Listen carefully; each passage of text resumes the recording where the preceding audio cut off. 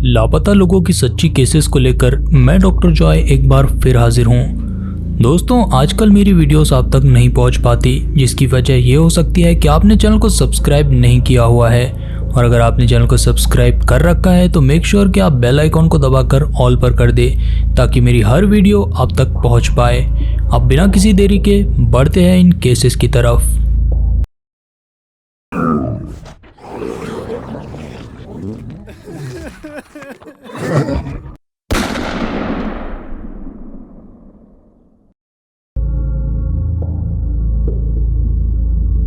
Kenneth स्वानसन, तारीख 24 अगस्त 1930, जगह नून Colebrook, Connecticut, उम्र 2 साल। केनेथ स्वानसन और उसकी मां ग्रैंड पेरेंट्स से मिलने कोलब्रुक नाम के गांव गए थे, जो कनेटिकट में है। केनेथ यार्ड में अपने पालतू कुत्ते प्रिंस के साथ खेल रहा था। जब डिनर का टाइम हुआ तो केनेथ की मां ने उसे आवाज़ लगाई, लेकिन केनेथ का कोई जवाब नहीं आया। जब यार्ड में उसे ढूंढा गया तो वहां पर केनेथ नहीं था और ना ही वहां पर उसका कुत्ता ही था। जल्द ही पुलिस को बुला लिया गया और ऑफिशियली खोजबीन शुरू की गई। केनेथ के पिताजी, जो बेयर वर्माउंट में थे, वो ड्राइव करके ग्रैंड पेरेंट्स के घर आ गए। 2 दिनों की खोजबीन के बाद भी केनेथ का कोई सुराग नहीं लगा था। तभी कुत्ता प्रिंस घर वापस आ गया, लेकिन केनेथ उसके साथ नहीं था। कुत्ता देर रात आया था और वो भूखा और थका हुआ भी लग रहा था, लेकिन वो केनेथ की कोई खबर नहीं दे सका। जॉर्ज स्वानसन, जो केनेथ के पिताजी थे, उन्होंने नाना जी की प्रॉपर्टी पर जंगल और दलदल में अपने बेटे को तलाश करने की हर मुमकिन कोशिश की। लड़के को लेकर कई सारी थ्योरीज भी चलने लगी थी, जिनमें से एक थ्योरी जो काफ़ी मशहूर थी वो ये थी कि लड़के का अपहरण किया गया है। खोजियों ने इलाके में अपनी खोजबीन जारी रखी, लेकिन वो पता नहीं लगा पा रहे थे कि आखिर लड़का गया कहाँ था। खोजी कुत्तों को उस इलाके में लाया गया जहाँ केनेथ को आखिरी बार देखा गया था, लेकिन वो भी उसकी गंध नहीं ले पाए। केनेथ स्वानसन के गायब होने के 2 महीनों बाद अक्टूबर में एक शिकारी को जंगल के बीच कोई ढेर दिखाई दिया। ये जगह ग्रैंड पेरेंट्स के घर से 2 मील दूर थी। जब शिकारी उस ढेर के नज़दीक गया तो वहाँ उसे केनेथ की लाश मिली। ये लाश जाहिर है डिकम्पोज हो रही थी। लाश की ऑटोप्सी में पता चला कि कोई भी हड्डी वगैरह नहीं टूटी थी या फिर हिंसा का कोई और निशान भी वहाँ पर नहीं था। कई सारे खोजकर्ताओं को ये यकीन नहीं हो रहा था कि लड़का जंगल में दूर जाकर थक गया और वहाँ पर सर्दी से मर गया हो। जिस इलाके में लाश मिली थी उसे अच्छी तरह खोजा गया और वहाँ कोई भी काम की चीज़ नहीं मिली। केनेथ के ग्रैंड पेरेंट्स उसकी मौत को लेकर इतने बेचैन हो गए थे कि उन्होंने वो फार्म हमेशा के लिए छोड़ दिया और वहाँ कभी भी वापस नहीं गए।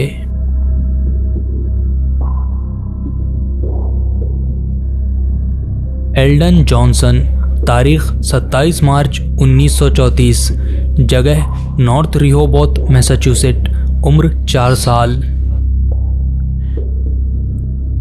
एल्डन अपने परिवार के साथ रिहोबोथ के उत्तरी इलाके में रहता था। ये इलाका दलदलों, झीलों और छोटी छोटी नदियों से घिरा हुआ था। 27 मार्च 1934 को एल्डन अपने घर के यार्ड में बहन जीन और एक दोस्त के साथ खेल रहा था। 3:30 बजे उस इलाके में एक भयंकर तूफान आया, जिसकी वजह से एल्डन की मां ने बच्चों को घर के अंदर आने को कहा, लेकिन एल्डन घर के अंदर नहीं आया।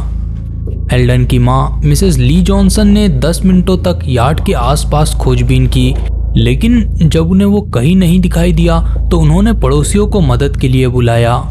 कुछ ही घंटों में वहां पर लोकल और स्टेट पुलिस के साथ साथ सैकड़ों खोजकर्ता जंगल और दलदल में एल्डन की तलाश करने लगे थे।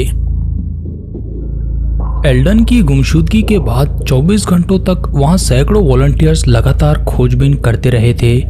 स्टेट पुलिस ने हवाई जहाज भी आसमान में लगा दिया था ताकि लड़के को खोजा जाए, और खोजी कुत्तों को भी बुला लिया गया था, लेकिन वो एल्डन की गंध नहीं ढूंढ पाए।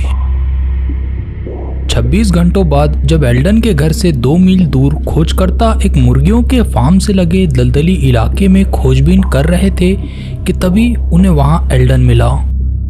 खोज में शामिल एक खोजी ने अखबार में बताया, अपुन दलदल के पास घूम रहा था कि तभी अपुन को एक गहरा बड़ा सा गड्ढा दिखाई दिया और अपुन उसके आसपास तलाश किया। वहाँ साइड में पेड़ों के पास अपुन को लड़का दिखाई दिया और उसकी हालत बहुत गंभीर थी।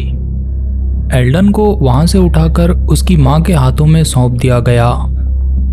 एल्डन को अभी घर आए बस 1 ही मिनट गुजरा था कि उसकी माँ ने कहा, वो मर रहा है। एल्डन बेहोश हो गया था और मौके पर डॉक्टर्स को बुलाया गया। डॉक्टर ने उसे फौरन अस्पताल में भर्ती करने को कहा, जहां वो अगले 2 दिनों तक रहा। जहां एल्डन मिला था वो जगह काफ़ी सर्द थी और पानी से भरी हुई थी। खोजियों के मुताबिक एल्डन के चेहरे पर घाव के निशान थे और वो कमर से नीचे गीले कपड़ों में था, वो भी ऐसे टाइम पर जब सर्दी अपने शबाब पर थी। Case summary. एल्डन ने खोजियों को बताया था कि वो इस पूरे समय में कभी सोया नहीं था और ना ही उसने रात में कोई लाइट्स देखी थी।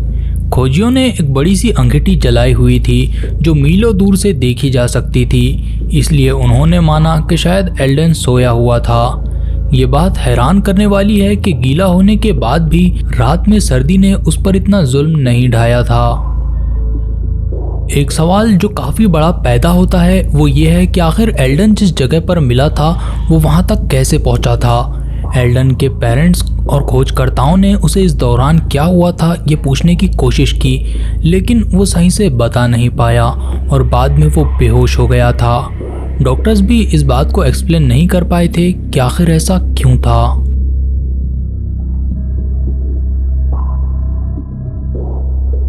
बॉबी कॉनर्स। तारीख 13 जुलाई 1934। जगह हार्सडेल मैनर, ग्रीनबर्ग, न्यूयॉर्क। उम्र 21 महीने। कॉनर्स परिवार ग्रीनबर्ग, न्यूयॉर्क के बाहरी इलाके में हार्सडेल मैनर नाम की जगह पर रहते थे। मिस्टर और मिसेस कॉनर को 4 बच्चे थे। हार्सडेल मैनर को अपर क्लास का एरिया माना जाता था क्योंकि यहाँ ज़्यादातर अमीर लोग ही रहते थे।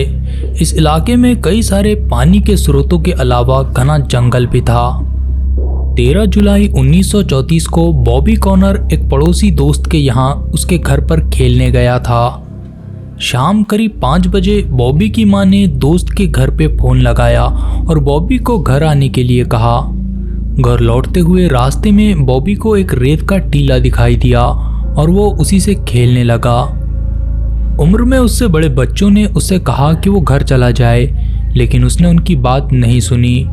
इसके बाद वो बच्चे बॉबी के घर गए और उसकी माँ को बताया ताकि वो उसे वहाँ से ले जा सके।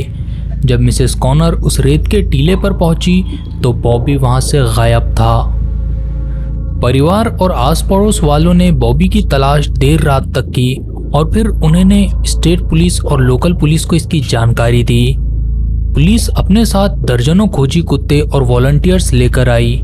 खोजियों ने बॉबी के घर से 1 मील के दायरे में खंगालना शुरू किया, लेकिन उनके हाथ कुछ नहीं लगा। खोजी कुत्तों को भी कोई गंध नहीं मिली। गुमशुदगी के पहले 18 घंटों में ही पुलिस ने कई सारे बयान दिए थे जिनमें कहा गया था कि लड़के को लेकर किसी भी तरह के सुराग नहीं मिल रहे हैं। लॉ इन्फोर्समेंट को ये अंदेशा था कि शायद बॉबी का अपहरण हुआ था। पुलिस ने आसपास जांच पड़ताल भी की और उन्होंने एक ड्रग डीलर को शक की बुनियाद पर कस्टडी में भी ले लिया था। खोजी जंगल में बॉबी की तलाश करते रहे, लेकिन उन्हें कोई भी निशान नहीं मिल रहे थे। जैसे जैसे तीसरे, चौथे और फिर 5वें दिन बॉबी नहीं मिला तो पुलिस को ऐसे लगने लगा था शायद ज़ोरदार बारिश और ठंड की वजह से बॉबी का यहाँ बचना मुश्किल था। साथ ही साथ उन्हें यह भी लगता था जैसे लड़के का अपहरण किया गया था। 5वें दिन पौने 3 बजे खोजकर्ता उस इलाके से गुजर रहे थे जहां वो पहले भी 20 बार खोजबीन कर चुके थे। यहाँ आसपास में बेरीज की काफ़ी घनी झाड़ियाँ थी। इन्हीं झाड़ियों के बीच बॉबी कॉनर उन्हें ज़मीन पर पड़ा हुआ दिखाई दिया। खोजियों ने लड़के को उठाया तो वो अब भी सांसें ले रहा था। ये जगह उसके घर से 3/4 मील दूर थी। बॉबी को उसके घर और फिर वहाँ से अस्पताल ले जाया गया। 17 जुलाई 1934 के अखबार में इस खबर को छापा गया था। बॉबी कॉनर जब मिला तो उसके जिस्म पर खरोंचे थी और लबों पर मुस्कान। 5 दिन सख्त मौसम, धूप, छांव और भूख को झेलने के बाद आखिरकार उसे ढूंढ लिया गया था। पुलिस को ये अंदेशा था कि लड़के का अपहरण किया गया था और फिर उसे किसी वजह से छोड़ दिया गया।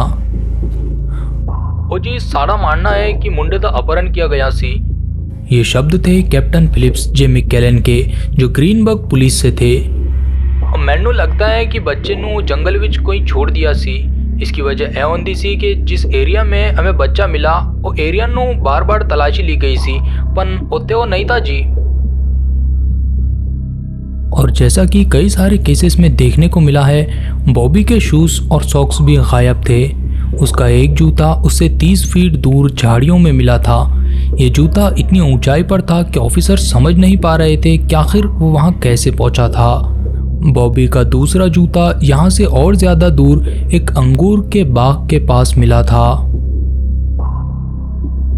Case summary.